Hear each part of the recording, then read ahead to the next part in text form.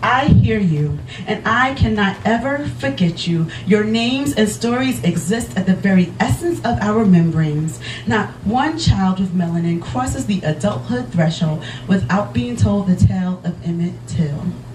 A teen murdered for allegedly whistling at a white woman, and before him, there were 9 who lost their lives or livelihoods over the lies of 2 who screamed rape on a train.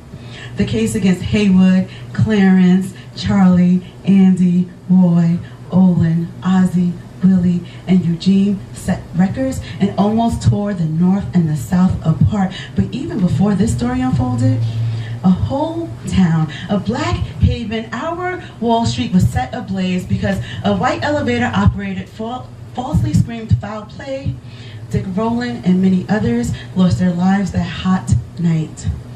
So I hear my brothers who grew up in New York with the Central Park 5, the victim didn't point fingers, but still the futures of Corey, Kevin, Raymond, Yusuf, and Antron was stolen away. So trust me when I say I hear you. Accusations have never been the friend of brown skin. But did you hear me? See, while I can appreciate the knee-jerk response to say, not me, I am not like him, we need due process before belief, I wonder, did you hear me? Because to me, it sounds like white people after another black slaughter. A hashtag that inspires black people ire. Hashtag not all white people. But when it comes to sexual assault, you loudly proclaim hashtag not all men and expect me not to feel hurt. Again, I say, I hear you. Accusations have never been the friend of brown skin, but do you hear me? Did you hear me?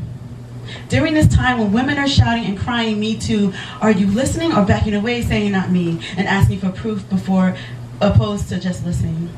As a black person, I appreciate the request for due process. Too many have had their lives snatched away by lies, but I lie in bed terrified that I will never heal from men that forced me into the Me Too sorority.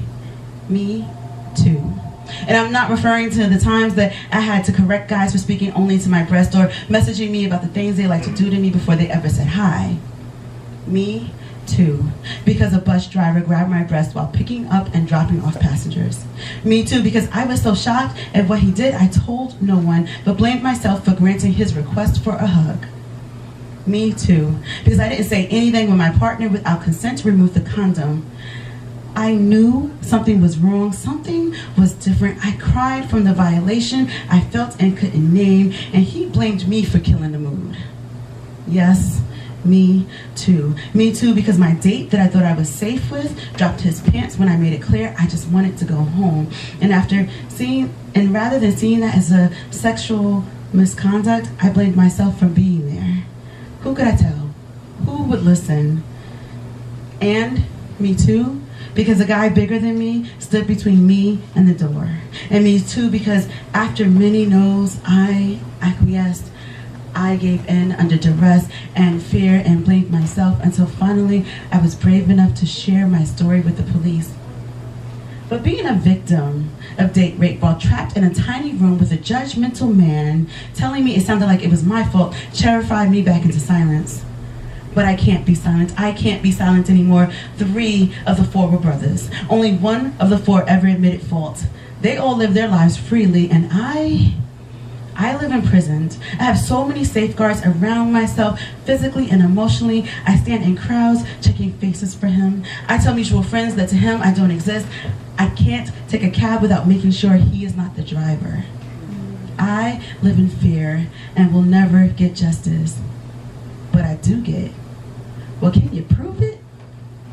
Deeds done in the dark are done in the dark so they can remain in the shadows of the dark. So the boys club prevails when I am asked what I wore, why did I stay, did I say no, why didn't I go? Tell me the details and I'll tell you if it was rape and that was actually a woman. People lie, you know. I can't prove it. I can't justify my actions, but they all took and gave me a lifetime membership into #MeToo. I'll never prove it, and the fraternity will never be on my side. They will never listen because history has dictated so. They are so afraid of being slain again that they can't hear me cry, me too. Me too. me,